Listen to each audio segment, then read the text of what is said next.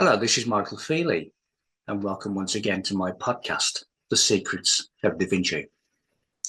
So I've done a number of these podcasts now, and I hope it has been of some value to you.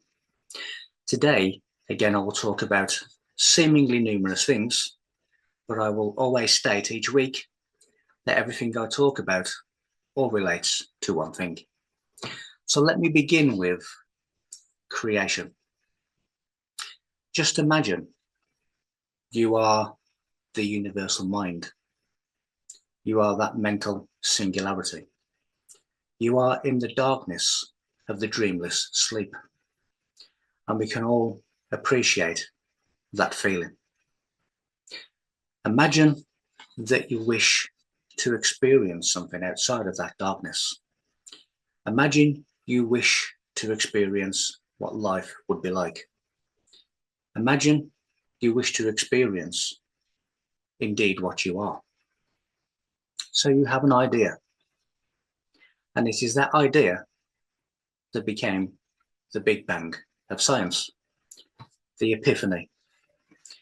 And all of a sudden, this mental singularity began to dream, began to have the dream of life. It fragmented itself into trillions of parts, each eyes and mirrors to look back upon itself, to understand what it is. One soul fragmented into many parts. And this is a demonstration of that. So we have one soul, which is the universe, that expresses itself in trillions of different ways. This is known mystically as the water of the leaf. The water of the leaf simply means an individual entity, an individual expression from the point of origin. And that is symbolized by the Christian fish. So we have this mental singularity that is now having a dream, a nesting dream, a dream within a dream within a dream. Each of us are part of that dream. Each of us are living a dream. Our reality is a dream. But we are dreaming life. We are having a sensory dream. And we report back to this universal mind. Now, when we dream at night as individual expressions, the micro of the macro, it is a place in the brain called the hippocampal. And it is the hippocampal that is known as the black hole of the mind. Now, when you take that and scale it up to the universe, it becomes the black hole of the universe. So the hippocampal, the black hole of the mind, facilitates our dreams. Black holes of the universe facilitate the dreams of the mental singularity, the universal mind. So we have the dimensionless universe, and we have the dimensional universe. We have the universe of thought and light, and we have the universe that we believe to be a material universe. So all emanates from this 0 point. Now science, mainstream science, has said that in around about 6.4 billion years, that there will be no physical universe. What they're actually describing is when this mental singularity has experienced all aspects of itself, and it therefore goes back to 0 point. It goes back to its own darkness of a dreamless sleep. Only now it is greater enhanced. Only now has this character we call God been created. So this is the universal creation. Everything works in cycles. There is a cycle of forgetfulness, so that the universe can also delay fully knowing itself. Because the moment that it does fully know itself, the game has ended. It is the end of the physical universe, as science describes. And how it does this is more that science becomes microscopic, the smaller the universe becomes. The more that science becomes telescopic, the more the universe moves away in order to delay fully knowing itself. Now, because it has this veil of amnesia, this forgetfulness, it is always doing things for the first time. And an analogy that I like to give is that you are in a cycle race in one of these Olympic domes. And each time you go over the finish line, you forget the previous lap. So your second lap is still your first lap. Your third lap is still your first lap. You are forgetting the previous in order to do everything again, fresh. So this is the universal creation. There is no matter, there is no stuff, there is shape in motion. It is all a dream. And when you begin to realize that it is a dream, you can begin to create your own dreams, the dreams within the dream. Now, one of the children's nursery rhymes allude to this with the words, merrily, merrily, merrily, merrily, life is but a dream, because that's exactly what it is. So I will now move on to religion. A religion that is trying to find the God that I've just expressed does not yet exist, has not yet been created, because the universal mind has not yet created it.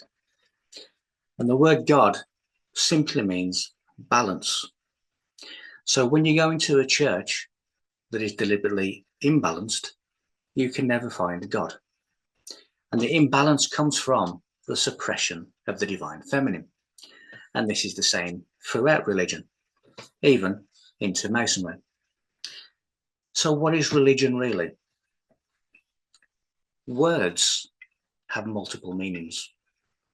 And when you go back to the origin of their meanings, it can often mean something completely different to what we believe it means today. So religion also means to suppress, to put someone in a lower status than yourself. And this is exactly what the priests and the priesthoods have done to the parishioners. They put themselves on this pedestal. They are putting themselves above the people. They are saying that you can only find God through us. You can only have the interpretation of these holy books through our interpretations, because they never wanted people to become their own pope. And what I mean by that is they didn't want people interpreting the holy scriptures for themselves. They had to go through officialdom to get an official version of events. There are many things that I could say about religion, and indeed I will. Not just today, but in the coming podcasts, because again, it is a subject that is close to my heart. When I go past a church or a cathedral, if circumstances permit, I have to go inside, because there is a secret language going on that I'm able to read, that I'm able to understand, that I'm able to interact with. But most people will just walk past, will just see a really nice geometric shape, not realizing is that this is an advanced language. So when we look at the Bible is really an initiation manuscript. It is for the initiates into the secret mysteries. It is not to be read as a book. And if you read it as a book and believe the stories as historical fact, you are missing the meaning.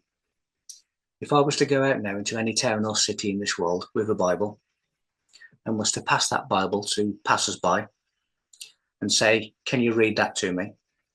I guarantee probably 10 out of 10 would open the book and read it from left to right. Straight away, that is incorrect. When you look at the likes of the Egyptians, the Egyptian Gnostic system is the original Bible. But when you look at the likes of the Egyptians, when you look at the likes of the rabbis, when you look at the likes of the mystics, when you look at the likes of Leonardo da Vinci, they read and they write from right to left. It is bringing themselves back to their heart center. So When you read the Bible, you should be reading it from right to left. Let's take the Torah, the 5 books of Moses. You read it not from Genesis to Deuteronomy, but from Deuteronomy to Genesis. You do it backwards. Another thing to contemplate is a statement from Pope Leo X when he said, "It has served us well, this myth of Christ." Now ask yourself, where does the image of Christ actually come from? Because there is no description in the Bible. There is no description in any religious books. In fact, there's no description whatsoever in terms of what Christ looks like. So where does the image come from? It is obviously a concoction of the Church of Rome. Because during the Council of Nicaea, they decided what Christians were allowed to believe. They edited and produced this book called the Bible and said, this is historical fact, you will believe it. We have this character, this central character of this religion, Christianity, called Christ. And it was the Council of Nicaea, the Church of Rome, under Emperor Constantine, that awarded this character his divinity. So this character is purely non-existent. It is a metaphor. It is a metaphor for a sacred conveyance of truth. If people say to me, do you believe in Jesus Christ? I will say, which one? Is it the Jesus of St. Peter? Or is it the Christ of St. Paul? Because St. Peter says that Christ is external, which is not right. And St. Paul, or Saul, says that Christ is within. It is an internal presence. It is an internal illumination. And that is correct. But because the Church wished to control people, because it wished to give somebody an external saviour, which will never come, they went with St. Peter. Peter is Petros, which is rock. This is why they class St. Peter as the foundation of Christianity. Not only did first century biblical writers not mention Christ, but neither did the Jewish mystics that wrote the Dead Sea Scrolls. Christ is never mentioned in first century biblical writings or in the Dead Sea Scrolls. Why is that? Because Christ is not a physical person. It is a metaphor. So, on that basis, I will now move on to another part of the Bible, and that is Adam and Eve. So, in Genesis, in the Bible, we are told that God created Adam, the first man, in the Garden of Eden. And from the rib of Adam, he created Eve. Is this an actual story? Or again, is it a metaphor containing a mystic truth? I can say that it is the latter. It is a story conveying a mystic truth. So when we look at Adam and Eve, the letter A for Adam and the letter V for Eve. And how this works is in Hebrew, you have rib, which is really the word selah, which means beam. So it is the beam of the letter A. So when we remove Adam's rib, we remove the beam of the letter A. And because Eve caused Adam to fall, we invert the A, which becomes the V, which becomes Eve, which in Latin is vivus, which means alive. We are told that Eve means life. So when we get the A and we insert it over the V, not only do we get the Masonic square and compass of Masonry, but we also get the Star of David. And I will in a moment go into the letter G of the Masonic compass.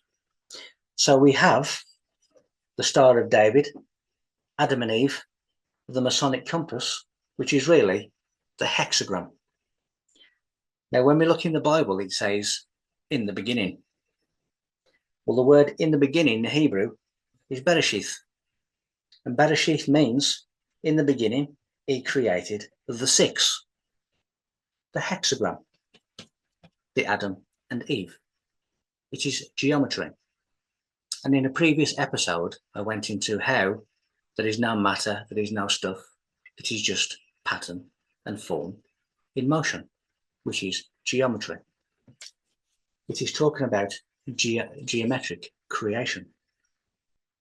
Now, when we look at the biblical 6 days of creation, 6 days has 144 hours. Now, 144 is a light code that I've mentioned previously that I've found in all things. Now, when the Bible says that from dust you came, to dust you shall return, again, in ancient Hebrew, which is really the language of Egyptian priests, the word dust means particle of light. So what the Bible is really saying is from light you came, to light you shall return, which is 144, which is light. 144 is also the harmonic of 144,000, who are the 144,000 at the right-hand side of Christ. It is all geometric. So let me briefly now deal with Adam and Eve's sons, Cain and Abel. What is Cain and what is Abel? When you look at mysticism, they also talk about a chakra system where this Kundalini serpent power travels from your root chakra to your crown. And I'll go a little bit more into this when I speak about the story of Moses in the coming moments. But when this Kundalini energy transitions from one chakra to the next, this is known in mystical terms as killing your brother. In the Bible, you will see that Cain kills his brother Abel. It is really referring to this process of illumination through Kundalini rising. Now, the Bible goes into the Garden of Eden, which is really the body. And it talks about the tree, the central tree of Eden, in which God exists. Now, the tree are the lungs and the capillaries and the nervous system of the lungs. And in the Hebrew Bible, the God is Yahweh, or as a tetragrammaton, it is YHWH. YH means to inhale, and WH means to exhale. So God amongst the tree in the Garden of Eden is the breath of life. And the Bible says, give and you shall receive. So you breathe out, you give, you breathe in, you receive. So God in the tree of Eden is the breath of the lungs, which gives us life. And the word Eve means life. So that, in essence, is the Adam and Eve story. Of course, you also have the serpent. And Adam blames Eve, and Eve blames the serpent, which is indicating that man and woman do not take responsibility for themselves. The serpent really tempts man to the knowledge of himself. Why is it that subsequently we have said that the fruit of the tree is the apple? Because when you slice an apple widthways, it reveals the pentagram. And the pentagram is the symbol of the mysteries. So just to sum up the Adam and Eve story, which again could be an entire podcast in itself, but the Adam and Eve story is geometric creation. That geometric creation comes from the 0 point. It comes through the symbol of the Vesica Piscis, which is the source of all form. And again, when I speak about Mary Magdalene, I'll go into that a little bit later. So now, let me speak briefly about another biblical story, which is the story of Moses. Now, we are told that Moses was born in Egypt. But again, is that a real thing, or is it just a metaphor of knowledge? When we look at the true name of Egypt, we see that it is Kemet. Now, the letter M in Kemet is Mem, which in Hebrew is water. We are told that Moses means drawn from the water. It's not what it means, but this is what we're told it means. So the M of Kemet is Moses. And this is how Moses is born in Egypt, by virtue of the fact that it is written within the word Kemet. So what about the Moses story? Moses is the title of an initiate. And when you walk up to the Sphinx of Egypt, between its paws, you will see the stele of Tutmosis. Tutmosis is Moses. It is a message, it is an inscription for the initiates who are just about to enter into the temple of Venus, the pentagram. Now, the face of the Sphinx is the high priest of initiation. So Moses then is an initiate. Going back to the chakra system, we have the root chakra, which in the Hebrew translation means captivity, Egypt. So you have the Israelites, the initiates, who are trapped at the root chakra in captivity, which is Egypt. But they take this journey through the chakras until they get to the crown chakra, which is known as the promised land, the land promised, the illumination of the burning bush. But that journey is the path of least resistance. The path of least resistance in mysticism is known as the open sea. Now we get into the story of the Red Sea being parted. It is the open sea of the journey from root chakra to crown chakra. And there's many other composite parts of the story, but I'll just deal with the main aspects. So Moses, the initiate, is led from root to crown through the open sea, through Sinai, when he goes to the top of the mountain to be spoken to by God. Moses is separate from the people, the same way that the initiate is separate from the population. And the secrets, well, God speaks to him in private, which is what happens in an initiation ceremony.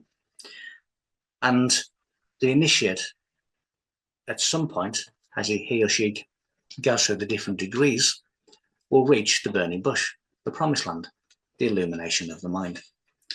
Now, the reason all this happens in Sinai is because in the Egyptian language, Sinai means teeth, and it is the nourishment of spiritual knowledge.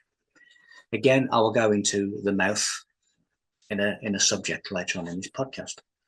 So the Moses story, therefore, is one of initiation, one of the transition from root chakra to crown chakra, from lack of knowledge to higher knowledge, from ignorance to wisdom.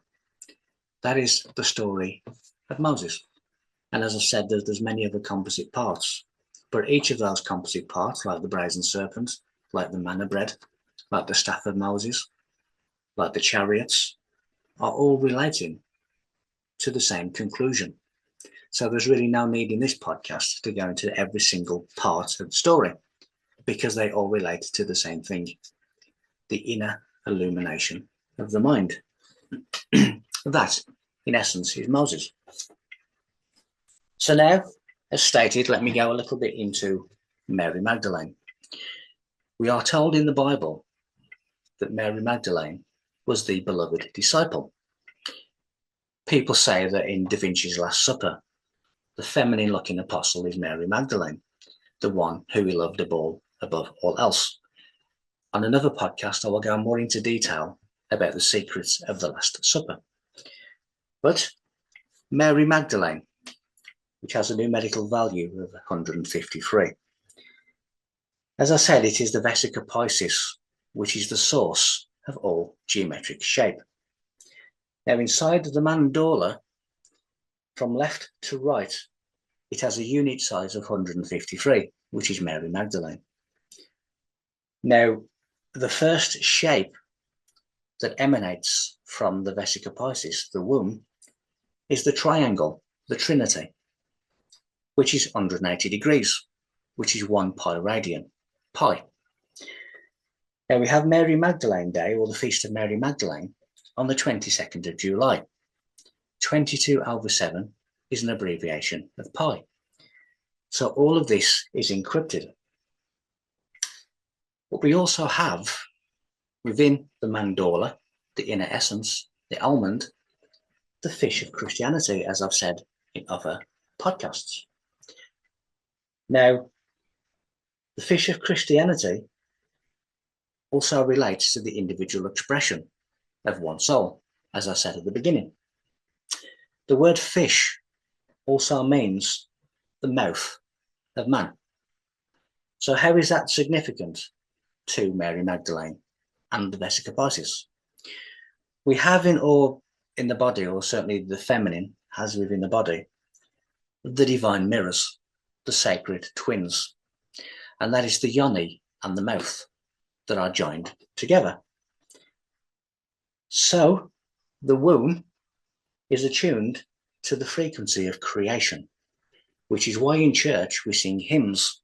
Hymn comes from the word hymen. So Mary Magdalene is really the wisdom of the womb. It is the source of all geometric creation, which gives us the fish, the eye colouring of the Egyptians, and it gives us the mouth, the fish of Christianity, the individual expression. That is Mary Magdalene. So who is Mother Mary? Well, in essence, it's the same thing. Mother Mary, obviously, we are told, is the mother of Christ. But Mother Mary, just like the goddess Diana and many other fertility goddesses, is really Venus, the planet Venus, which gives us, again, the pentagram. Because every 8 years, Venus creates a pentagram as it orbits the sun. So when you do the mathematics of 8 times 5, it gives you 40, which is the amount of days that Venus is in retrograde. The number 40 is a significant number, biblically. So we have Mother Mary, which is Venus. Now, the world of Venus is the heavens. You have Mother Mary, which is Stella Maris, the star of the sea, which is Venus, the pentagram, and the sea is the cosmic sea, from which we all have this individual expression from this cosmic sea. But when you look at mystical teachings, they talk a lot about the honeybee. Now, this is significant in Egypt with the Merovingians, Rosslyn Chapel, the Knights Templars. All of these ancient secret societies and ancient knowledge keepers speak extensively about the honeybee, and how the humming of the honeybee really activates the pineal gland and the pituitary gland, which is known as the elixir of metamorphosis. But in nature, you have the queen bee, who gives birth through what is known as parthenogenesis, which in layman's terms means virgin birth.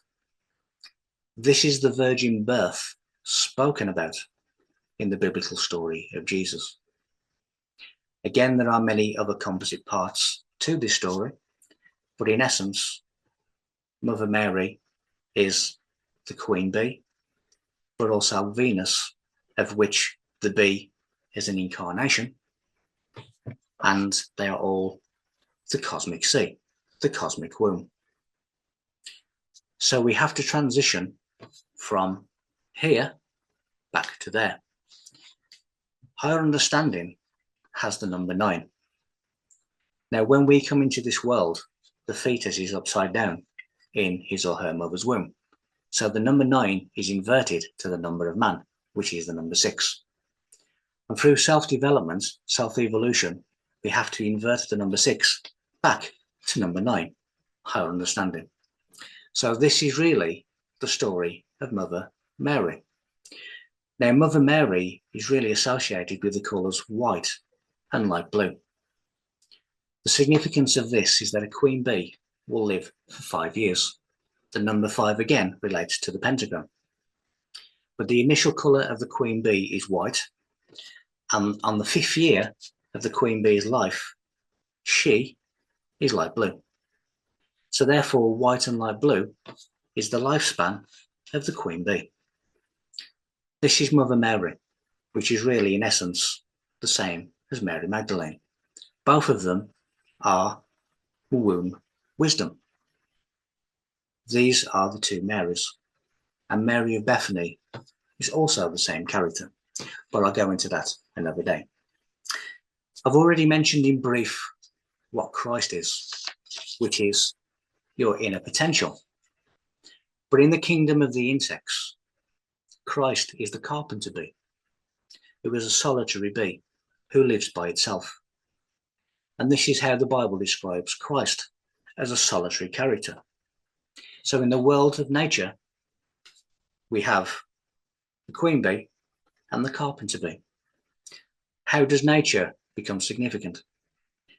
Well, the Egyptian goddess Isis, who is also a prerequisite for Mother Mary, is the nature of existence.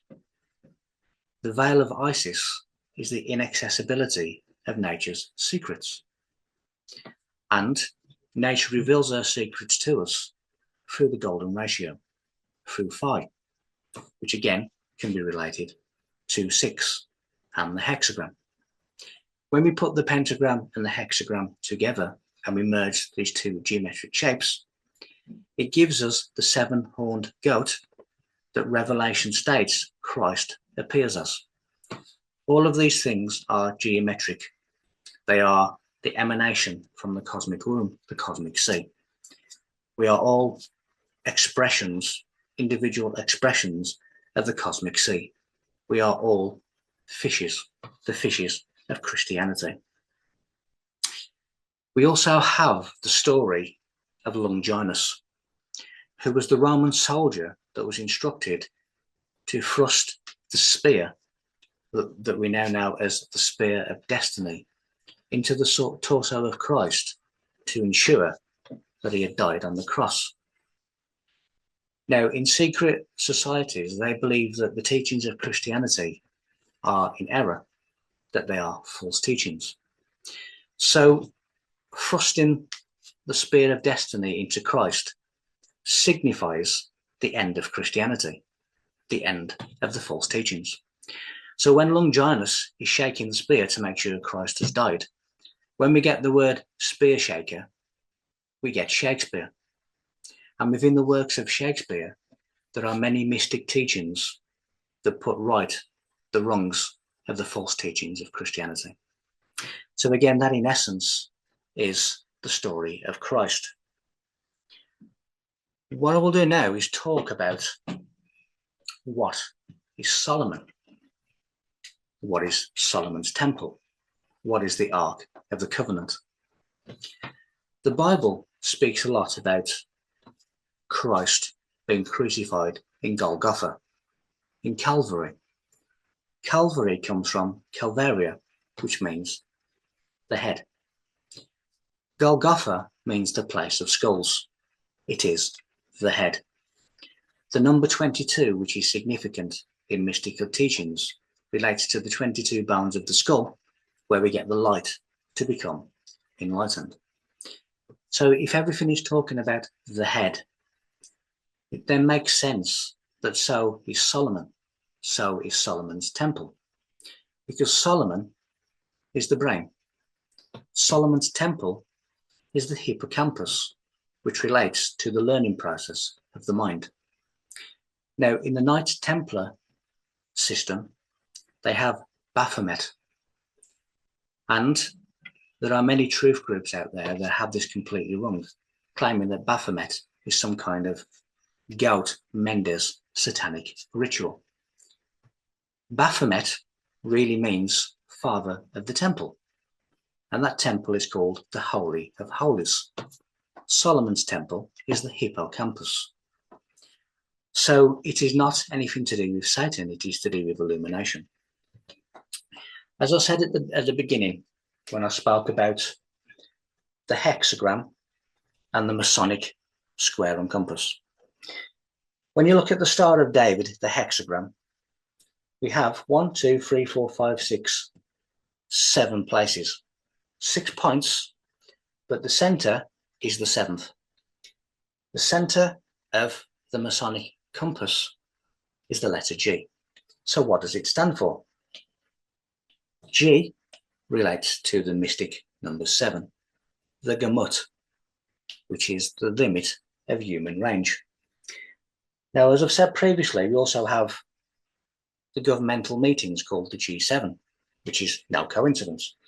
But even the head relates to the number 7. 2 eyes, 2 ears, 2 nostrils, 1 mouth, the number 7. In the skull and crossbones, we have under the skull the number 322. Now, when you look at Genesis 3:22, it talks about paradise lost. What is paradise lost? Paradise comes from paradisos, which means the place of conversion, the head. It's all talking about illumination of the body. Even when we look at the cross is the physical body that we all have to bear. We have to carry it around with us. But you can see that there are 4 spaces, 1, 2, 3, 4 in the cross. So we have the cross, which is the body, and we have the 4, which relates to the material world in which we find ourselves, the great ordeal. But it also means the manifestation of light in that realm. It is the light that we're all trying to find. So therefore, Solomon's temple, Baphomet, is all the hippocampus, the place of learning. Now, Greek philosopher Plato tells us that Atlantis can be found beyond the Pillars of Hercules. So what are the Pillars of Hercules? Well, the Pillars of Hercules are the anterior fornix of the brain, round about there. So when you go through the 2 Pillars of Hercules, you are now in the mind. So Atlantis is not a lost city. It is paradise lost. It is illumination lost. Now, in medical terms, your 33rd and final vertebrae of the spine is known as Atlas. The word Atlantis means the island of Atlas, which is the head. The head is the island of Atlas, which is your 33rd vertebrae, which helps the head to be stable at the top of the body. Now, when you look at the reactivation of Atlantean crystals, in between your pineal gland and your pituitary gland, there is a region called the crystal palace. This is the reactivation of Atlantean crystals. Atlantis is the mind. Atlantis is the illumination of the mind. That is what Atlantis is. So what is Lemuria? Lemuria comes from the word Mu, M-U, which relates to the Egyptian god Osiris. Osiris means open eye, which relates to your 3rd eye. So Lemuria, Mu, is Osiris and mysticism. Again, it is the path of wisdom. All of these things are the path of wisdom. So just to finalise, I will briefly deal with Noah and the ark. Noah in Latin becomes no, N-O-E, which again relates to the mind. The dove is the messenger of Noah. The messenger of the mind, the messengers of the brain, are the neurons that send electrical signals. Those electrical signals are often arced. They are arcs of electricity. It is Noah's Ark, which is the mind, which is the electrical circuit of the brain. Now, going back to Solomon's temple, the hippocampus, inside your hippocampus, you have your alpha, beta, gamma, and delta brainwaves, which are also electrical arcs. So they are the Ark of the Covenant. All relates to the mind. All relates to the illumination of the mind. And these biblical stories and stories of other religions are talking about the same thing. How you go from number 9 to number 6, back to number 9 again. How you come from the cosmic sea. How you become an individual expression, which is symbolized by the fish. How you then self-develop and return back to the cosmic ocean. This is what is meant by the womb symbol that is given extensively amongst the hierarchy of this world in a public place. All speak of your illumination. All speak of your self-development. All speak of your condition and a transition to your potential. Thank you very much for watching this episode with me, MichaelFeeley. You've been watching The Secrets of Da Vinci, and I'll see you again next time. Thank you.